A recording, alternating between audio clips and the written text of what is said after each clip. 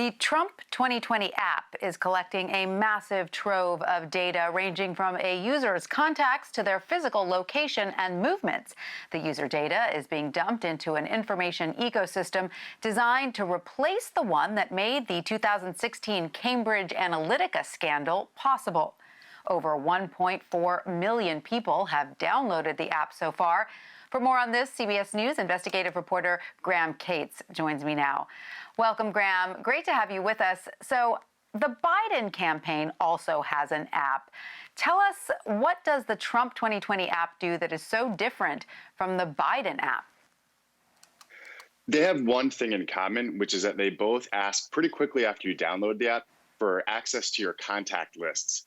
And that gives them a really good basis for information about who to target, because you get to learn a little bit about each person's real social network. If I'm on 2 or 3 devices listed as a name and phone number, that tells them this person maybe is friends with 3 people, 4 people who are really into President Trump or really into Joe Biden.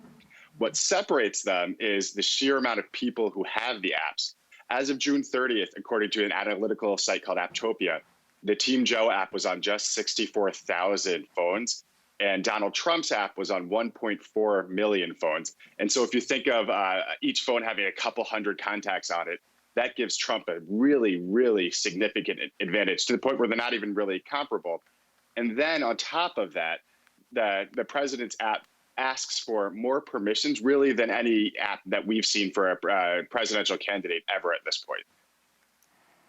Yeah, it sounds like the Trump 2020 app asks for more access and information than almost any app that's out there. I mean, it even asks to access things like your photos and things, correct, in your phone? Yeah, a really big part of this is that it asks for both fine and coarse location data, as well as access to your Bluetooth and what's called the device ID. And combined, all of this information tells them really, really significant amount of information about each person who downloads the app. It really begins to create a profile of that person, where they go on a day-to-day basis, what they're purchasing, and of course, who they're hanging out with. And this is really important because it begins to tell them just how into the candidate is this person, and how good might they be at helping to persuade other people to support the candidate. Mm-hmm. So do you think it's clear to those 1.4 million people who have that Trump 2020 app downloaded on their phones that they're giving away that much information? No, I mean, the first thing is, in general, when you download an app, you really have to seek out the permissions to get a sense of what they're asking for. But on both apps, when it says they'd like to access your contacts, it's delivered in a way that makes you think that they're going to maybe give you a couple suggestions about who you might want to contact to reach out about the candidate. But it doesn't say, oh, by the way, we're going to keep this information and store this information and start building profiles of your friends and family. Right, and follow where you shop and what you do and all this other information about you. That's kind of scary.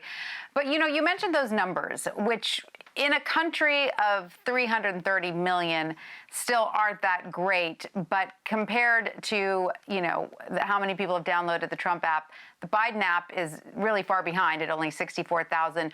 How did the Trump 2020 app get such a head start?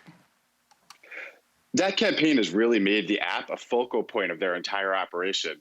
Inside the app, when you're just a user using it, the front-facing part of it is its own little internal media ecosystem. They have live programming. There's a news feed tailored to good stories about the president and bad stories about liberals.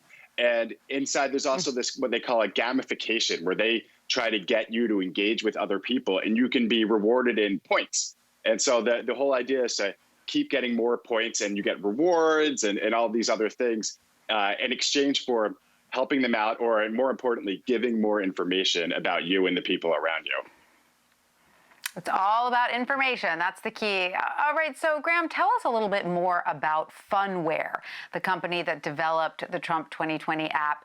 And how does their data collection compare to what Cambridge Analytica did back in 2016 that was a huge scandal? I spoke with a former executive from Funware who was involved in the conception of their political operation. And he said that they specifically pitched themselves as being able to replace some of the things that Cambridge Analytica did with data on Facebook, in particular, what they call the mobile graph, which allows them to take all of this information they're bringing in and make like if you could picture it like a graph of your real life social networks to begin to piece together who can and cannot be persuaded. And they have this other system that they use that it's called proximity beacons. And these are like actual physical devices that are placed in different places. For instance, a political rally that log where people go as they pass by communicating with their Bluetooth signals. And what that tells them is, for instance, is someone more engaged this time around or less engaged this time around because they attended X many rallies last time versus this time, or this time when they're at the rally, they were moving around instead of paying attention to whoever was speaking. And they begin to paint a picture of what each person means to them in terms of turning out each individual vote. That sounds pretty creepy. I mean, once this becomes apparent, is Funware likely to suffer the same fate as Cambridge Analytica? No, one thing about this is none of this is illegal. It's all kind of above board. It's used a lot in retail. So if you go to a supermarket, there actually might be proximity beacons logging where you stop. Like, I mean, right up to he stopped in front of the cereal, the Rice Krispies. The difference is, right. I don't think many people realize that their elected officials are harnessing this kind of technology. And it might be that there needs to be a broader conversation about whether we want anyone, let alone elected officials or corporations, really following us in this way. It starts to feel a lot like Big Brother. All right, well, Graham, Kate, thank you so much for joining us. We really appreciate it. Thank you.